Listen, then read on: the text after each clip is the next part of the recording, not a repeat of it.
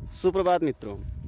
आज मैं आपको जो है आपके पाठ्यक्रम में कक्षा 10वीं में भूगोल के अंतर्गत पहला पाठ है हमारे संसाधन। तो संसाधन के बारे में मैं आपको बताऊंगा कि संसाधन जो होते हैं हमारे आवश्यकता की पूर्ति के स्रोत होते हैं, जिनसे हमारी आवश्यकता की पूर्ति होती है। अब संसाधन के बारे में आपने छोटी कक्षाओं में पढ़ा होगा, खास करके 9th में पढ़ा होगा कि संसाधन जो होते हैं वो प्राकृतिक संपदा से बनते हैं। प्राकृतिक संपदा वो है जो प्रकृति ने ईश्वर ने हमको जो है निःशुल्क रूप से प्रदान किया है।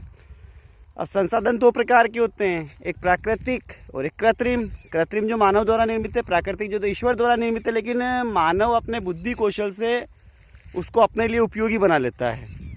अब प्राकृतिक संसाधनों के अंतर्गत आपके पेड़ पौधे, मिट्टी, पत्थर और वन संपदा, इस बहुत सारी चीज़ें आती है। इसमें आपका एक टॉपिक आएगा मृदा, मिट्टी। मिट्टी का निर्माण जो हुआ है, आपने कक्षा 8वीं में पढ़ा होगा कि लाखों हमारी पृथ्वी जब बन गई थी तो लाखों वर्षों से हमारी पृथ्वी पर कुछ हलचलें होती रही, चट्टानें टूटती फूटती रही, मृदा का निर्माण होता रहा, अपक्षय, अपरदन, निम्नीकरण, तल संतुलन, अधिवृद्धिकरण, बहुत सारी गतिविधियां होती रही। अब मृदा में जब मिट्टी का निर्माण हुआ तो आप अभी जो मिट्टी देख रहे हैं इसके अलग अलग रूप हैं। आपके 10th में आप जिन मिट्टियों के बारे में पढ़ेंगे उसमें जलोढ़ मिट्टी है, काली मिट्टी है। अब आज मैं आपको काली मिट्टी के बारे में बताना चाहूँगा। काली मिट्टी जो कि हमारे क्षेत्र में पाई जाती है, उसके लिए मैं आपके वीडियो बना रहा हूँ। इसकी संक्षिप्त जानकारी आपको इसमें मिलेगी, बाकी जानकारी के लिए आपको आपकी बुक में देखना है। काली मिट्टी जो होती है इसका रंग काला होता है, इसको रेगुड़ मिट्टी भी कहा जाता है। अब इस मिट्टी के बारे में आपको इसके गुण और दोष देखने हैं। तो हमारी भारत की जितनी भी मिट्टियां हैं उन मिट्टियों में अधिकांशतः नाइट्रोजन और फास्फोरस की कमी पाई जाती है। पोटाश, इसमें जो काली मिट्टी है इसमें जीवांश की भी कमी पाई जाती है। ये नमी युक्त होती है। नमी युक्त के साथ साथ में ये रंध्र युक्त होती है, मतलब इसमें छिद्र होते हैं, दरारें होती है, जिसका प्रैक्टिकल में आपको यहाँ बताना चाहूँगा। ये दरारें हो रही है, इसमें आप देख रहे हैं दरारें।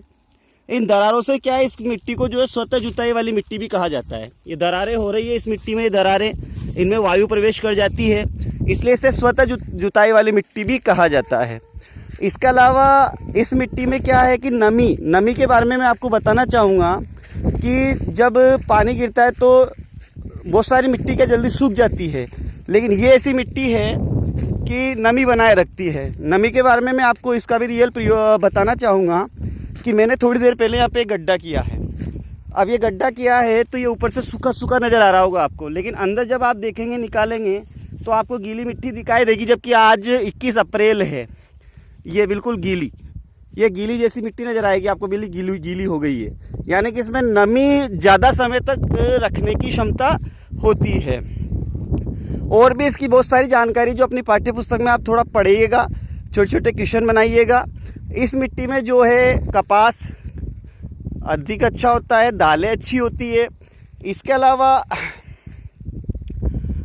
ये मिट्टी हमारे भारत में जो है महाराष्ट्र, गुजरात और जितने भी पठारी क्षेत्र हैं, जैसे कि हम मालवा के पठार में रहते हैं तो हमारे यहाँ भी ये मिट्टी, काली मिट्टी पाई जाती है।